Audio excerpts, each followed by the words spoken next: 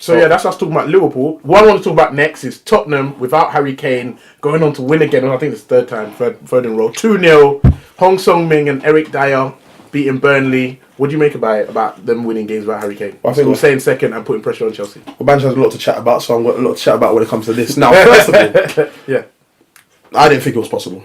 I'll be honest with you. Tottenham without Harry Kane is just problems. Like, you just know it's not going to work. But that was last season. This season now, Pochettino's done something different. I don't know what he's done, but now the team knows how to play. And you know what? I think it's good when teams know how to play without their star player. Yeah. Because, of course, we don't think about it, but eventually, one day it might happen. What are you going to do? You've got to learn how to play around that. And so far, Tottenham have found a way to play around that. And so far, this is good right now for Tottenham. Now, being an Arsenal fan, I don't like to admit it, but right now, Tottenham, they're playing in a way where, and I'm going to be honest, they're looking like if Chelsea just mess up once or twice, they probably will because Banjo's a supporter for them. They look like they can take over. So potentially we have to look at, this is a title race between right now Chelsea and Tottenham. And this is what I really think it is at the moment.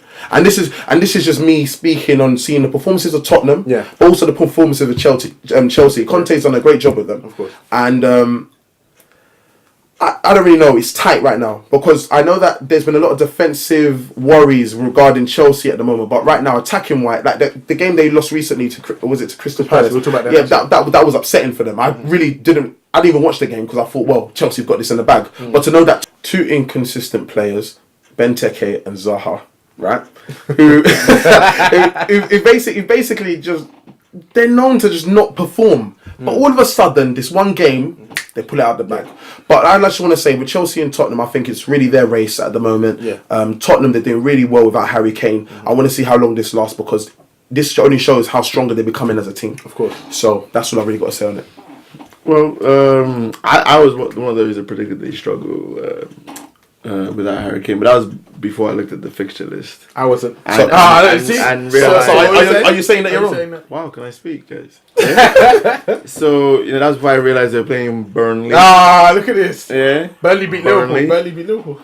No, but the big teams have gone and collected points like Chelsea and Arsenal. Just say you're wrong. But anyway, just say you're wrong. So but who at the time? I didn't take into account that obviously Dele Alli is on a hot streak. That's the envy of Europe right now because I think it's 12 goals in his last 18 games. Are you calling it as best under 21 in Europe? No, probably the hottest striker player right in terms of goals right now in Europe. I would say 12 goals in the last 13 games, so 11 goals in the last 18 games.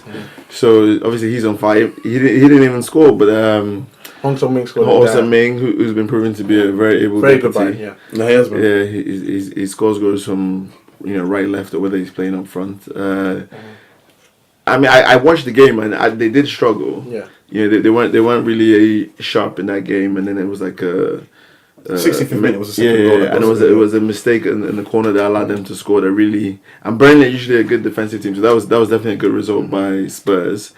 And we'll see what happens in the title race going forward. But I think Spurs too, they're also benefiting from the fact that nobody's talking about them. So there's no real pressure. You know what I mean? Like when how many newspaper reports do you see of Spurs going for the title? Because nobody really expects them to. Everybody still expects Chelsea to win, so they can just continue winning their games. They know that most likely going to get top 4, and they can just be under the radar. But as we saw last season, when the pressure is on, they tend to crack. Yeah. So we'll see. Before we go into the next game, I just want to say I was one of the people that called it that Tottenham would be fine.